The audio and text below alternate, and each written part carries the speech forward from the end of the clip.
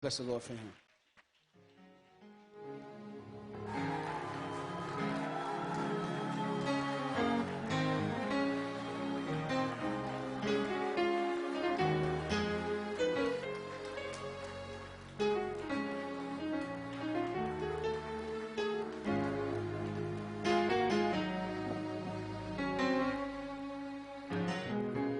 Well, good morning.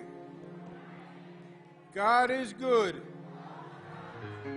How great was that opening this morning? Wasn't that great? Let's give them a round of applause.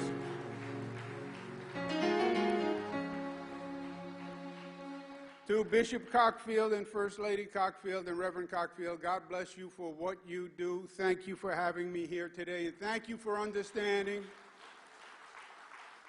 Thank you for understanding that a church is more than just four walls and reaching out to the community with health care and education and counseling.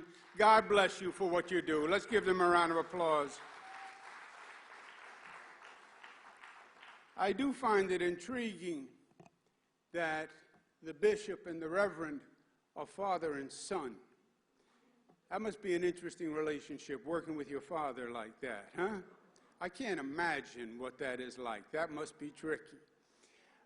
But I also believe there is no greater sign of love and respect than when a son follows the legacy of his father. So God bless you.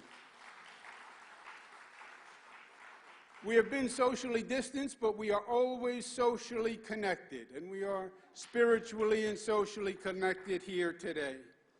And I want to thank you for having me here today as we celebrate the first Sunday of Lent. As you probably know, I've gone through a difficult period the past few months. I resigned as governor, the press roasted me, my colleagues were ridiculed, my brother was fired. It was ugly. It was probably the toughest time of my life. And it was the first time that I was glad that my father wasn't here with us anymore, so he didn't have to see it. Now, I haven't spoken about it in public yet because I wanted to talk about it here with you because God's guidance is helping me through. Let go, let God. I believe in life, God sends us challenges. Life will knock us down at some point. And then the question is, what do we do in that moment? Do we get angry? Do we feel sorry for ourselves, or do we learn from it and get up from the mat? But it is hard. It is very hard. It's a struggle.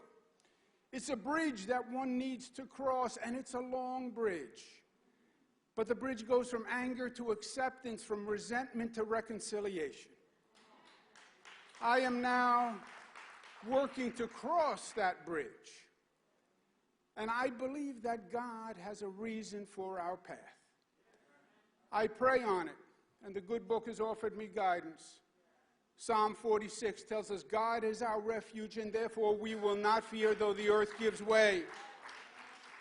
The Lord tells us that our suffering is part of life, and our suffering actually teaches us compassion. And the crossing of the bridge starts with telling the truth. That is the toll that one must pay, even when the truth is hard, because in life you will never solve a problem you are unwilling to admit. So let me tell you my truth, and let me get it off my chest so we can talk about important issues that we face today. My father, God rest his soul, used to say government is an honorable profession, but that politics can be a dirty business. Now that is especially true today when this politics out there is so mean and so extreme. When even the Democratic Party chooses to cancel people that they have a disagreement with. Last February, several women raised issues about my behavior. As I said then, and as I say to you in this holy hall today, my behavior has been the same for 40 years in public life. You have seen me many, many times, and that has been my behavior. But that was actually the problem. Because for some people, especially younger people, there's a new sensitivity. No one ever told me I made them feel uncomfortable. I never sensed that I caused anyone discomfort. I was trying to do the exact opposite. But I've been called old-fashioned, out of touch, and I've been told that my behavior was not politically correct or appropriate. I accept that. I accept that. Social norms evolve, and they evolve quickly. And we're proud of the evolution. It is progress. But I didn't appreciate how fast their perspective changed. And I should have. No excuses. I am truly, truly sorry. I've apologized many times. And I've learned a powerful lesson, and I paid a very high price for learning that lesson. God isn't finished with me yet. And every day, I ask him for his guidance to help me grow and to help me learn. However, the truth is also that contrary to what my political opponents would have had you believe, nothing I did violated the law or the regulation. I said from the start that I would defend any allegation that anyone wanted to bring. But the political sharks in Albany smelled blood. And when the sharks smell blood, then they come. And they exploited the situation for their political purpose. Now, they did a report that said there were 11 cases against me. Since then, since last August, 5 district attorneys have investigated the report of the much publicized 11 violations of law. And do you know how many cases of the 11 they found to bring? How many of the 11? What's your guess? 10, 9, 8, 7, 6, 5, 0. 0 cases. Why? Because there is a difference between an individual's opinion as to what they believe is offensive behavior and a legal violation. You can have an opinion about what is right and wrong, but that doesn't make your opinion the law. State Assembly and Charles Levine did a fraudulent, unethical report looking at state nursing homes and my management of state nursing homes during COVID. And they were critical. The Manhattan District Attorney investigated those claims and those policies and said no laws were broken. So what does it mean? That 6 district attorneys from all across the state, Democrats and Republicans, male and female, black and white, tens of millions of dollars spent in investigations. Your money, not theirs. And they didn't find a single case. So 11 months later, the truth is known, but it's too late. Justice too long delayed is justice denied. The report did the damage it was designed to do. My father was right. Politics can be a dirty business. I've always loved this state. I've been to every part of it, and I love it. And I believe in government's capacity to do good. The way the Reverend learned from the bishop, I learned from my father. And working in public service was one of the most honorable professions you could have. I learned that. I believed it. But seeing what they did here, seeing the abuse of power, seeing the government corruption broke my heart. And I'm trying to cross the bridge. And I'm trying to get from a negative place to a positive place. Romans 5, we can find glory in our sufferings because we know that suffering produces perseverance. Perseverance. Get up off the mat. We just celebrated Black History Month. Congressman John Lewis was a great hero, a man I had the good fortune to know and work with. He started with Dr. King, actually, crossing the most transformative bridge, the Edmund Pettus Bridge in Alabama, which we commemorate tomorrow. Congressman Lewis said these words, "Do not get lost in the sea of despair. Be hopeful, be optimistic. Our struggle is not the struggle of a day, a week, a month, a year, but a struggle of a lifetime. Never, ever be afraid to make some noise, to get in good trouble, necessary trouble." I find inspiration in those words. Genesis tells us that good can come from suffering and that life is about tomorrow, not yesterday. They broke my heart. but they didn't break my spirit. I want to take the energy that could make me bitter and use that energy to make us better. Not for me, but for others, for all of us. And again, it starts with telling the truth. My situation is illustrative of a larger issue that must be addressed because it endangers us all. The truth is the so-called cancel culture mentality is growing and is dangerous, and Democrats must beware.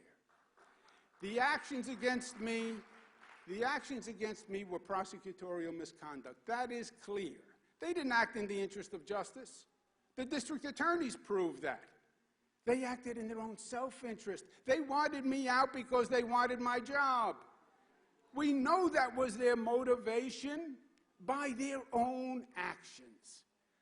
But they actually used the cancel culture mentality to enable and advance their self-serving political scheme. Let me ask you this. Why did they announce to the world 11 legal violations by me when the district attorneys showed they couldn't even prove one case? You know why? They wanted to create a shock value. They wanted to inflame the cancel culture. They wanted to light up the internet. They wanted to stampede the press and the politicians. They wanted to do with politics that which they couldn't do with the law. They used cancel culture to effectively overturn an election. And that was their greatest arrogance. They didn't elect me. You did.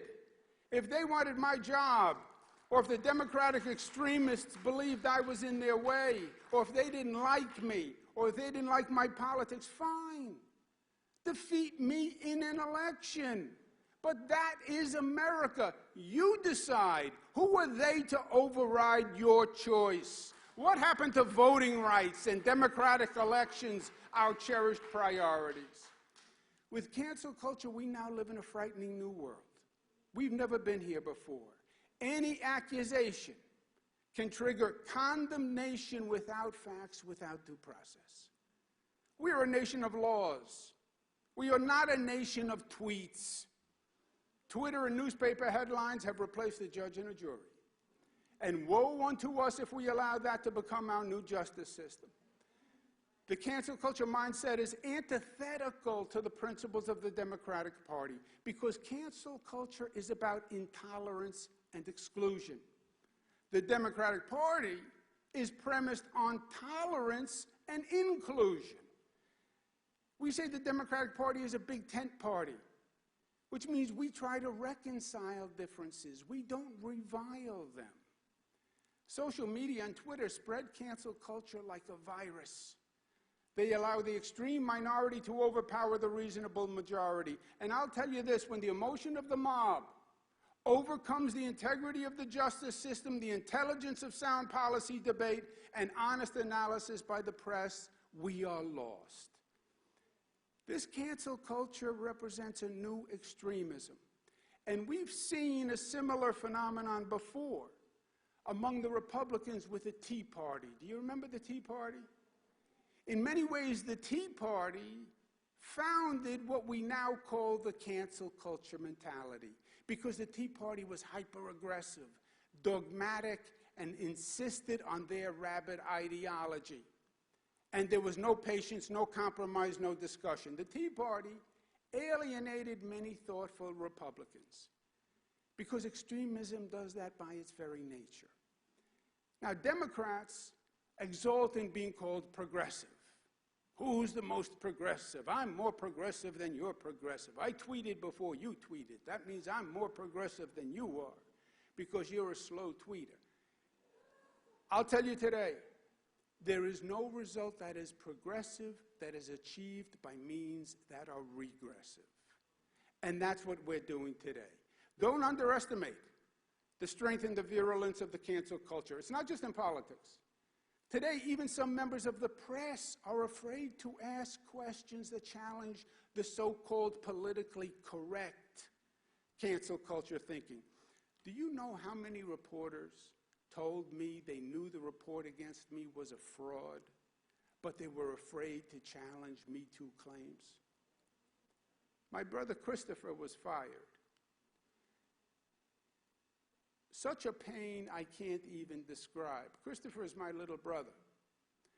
He had nothing to do with anything.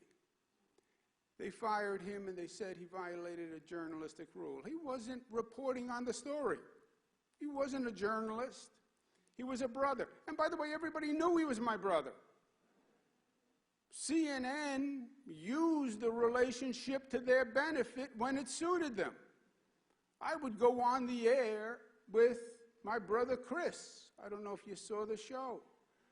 I was the smart, good-looking brother. He was the other one.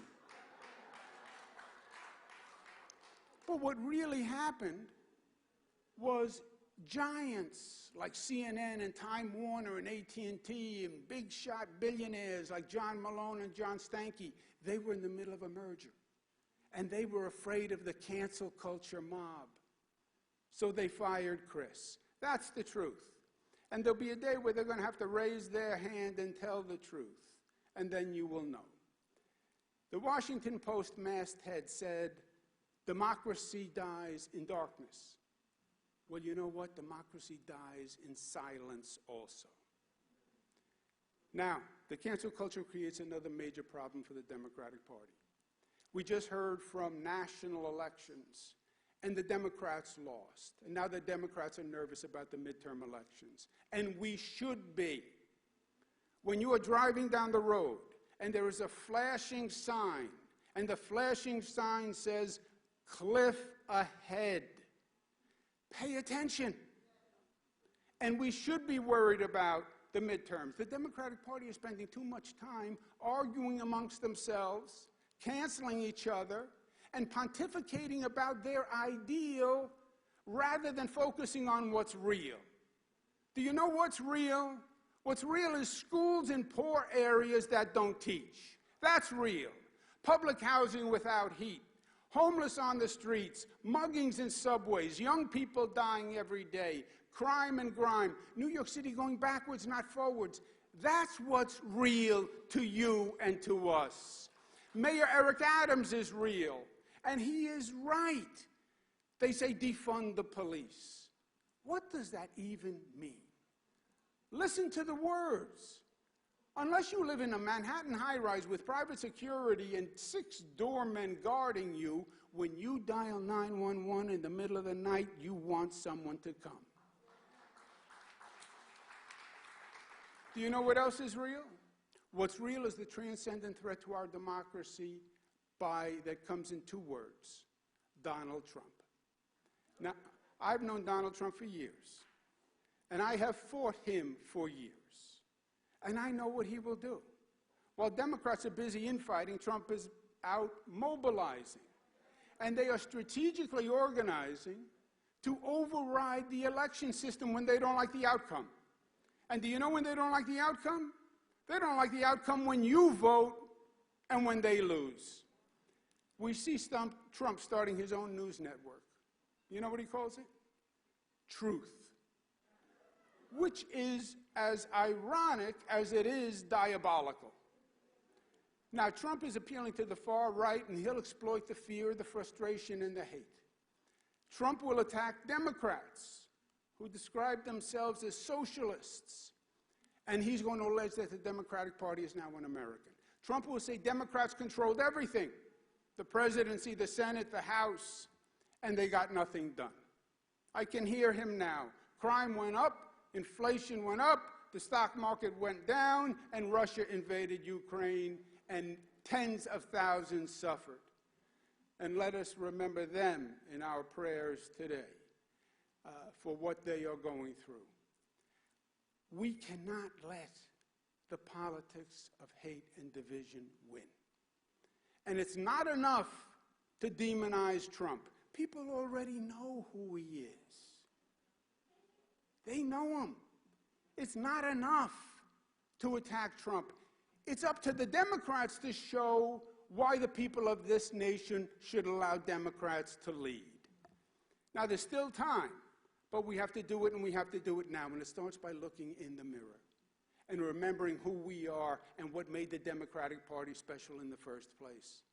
And what made us special is we told the nation, while in many ways we are a shining city on a hill, the truth is that still not everyone everywhere is sharing in that splendor and glory. The bright sun of opportunity and equality does not shine on everyone everywhere. There are too many living in the shadows. And Democrats spoke for those in the shadows, without power or position, but with potential and promise. And most important, the Democratic Party did something about it. It made an actual difference in people's lives. It passed Social Security and Medicare. It built the labor movement. We in New York showed that that Democratic Party can still exist. Our Democratic Party improved lives. Look at what we did. We raised the minimum wage to $15. We passed the strongest gun safety laws. We enacted free college tuition for the middle class. We enacted paid family leave. We changed lives and we led the nation. Biden announced this week he's still trying to pass the same measures that we passed years ago. Look around you in Brooklyn today. The new Kosciuszko Bridge, the new L train tunnel, the new Moynihan Train Hall, the new LaGuardia, the new JFK, the new Shirley Chisholm State Park, all improving your life. And when this country faced the greatest threat, Reverend Cockfield is right, the greatest threat during COVID, it was New Yorkers, not the President of the United States, who stood up, who told the truth, who led the way, and we saved many, many lives, and we should be proud of it. So yes, this is a time for impatience, but constructive impatience. If you want to cancel something, cancel federal gridlock, cancel the incompetence, cancel the infighting, cancel crime, cancel homelessness, cancel education inequality, cancel poverty, cancel racism. Be outraged, but be outraged at what really matters, and what really matters is what matters to you. My last point is this. A woman asked me today if I was at peace. Now that is an interesting question. Let me say this. I am not across the bridge yet, but I know that I am blessed. And I know that God has been much better to me than I deserve. I have 3 magnificent daughters. I have a great family. I have friends who have rallied. And now the truth has actually come forth, and I feel vindicated. And I had the honor of serving you as governor of the state of New York, and that is the honor of my life. And I'm proud of how we did it. I'm proud that I can look at you today in the eye and say, I did what I said I would do. You elected me to fight for you, to fight back against the Albany hacks, the flacks, and the bureaucrats, to say hell no to the status quo, to make government work for you and not the special interest few, to make New York the best, because we believe we are better than the rest. You didn't elect me to suffer fools gladly.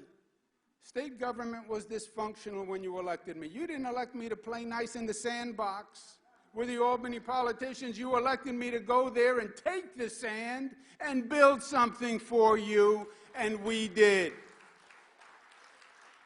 So I am blessed, my friends. I have many options in life, and I'm open to all of them. But on the question if I am at peace, no. I am not at peace. But by the way, I don't want to be at peace either. And by the byway, I don't think you should be at peace either. We have too much work to do to be at peace. We can be at peace when they put us in the box and they close the top. We can rest in peace.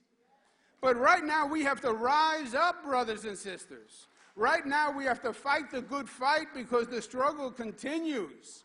We have to stand up for progressive politics and a government that does what it says it would do and makes a real difference. We have to stand up against the radical right and their demagogues. We have to stand up and say, We don't judge by the color of skin in this nation. We judge by the content of character. We have to stand up and say, I am my brother's keeper. And I'm proud of it. And I believe in Matthew 25. And let's say the greatest success is the success that is shared.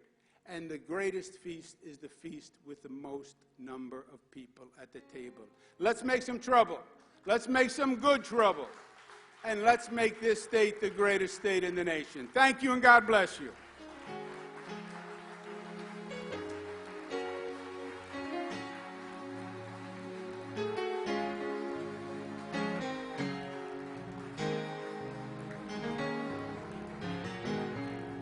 The worship leaders will come with some mind selection. Bishop, we want to introduce the speaker in the meantime.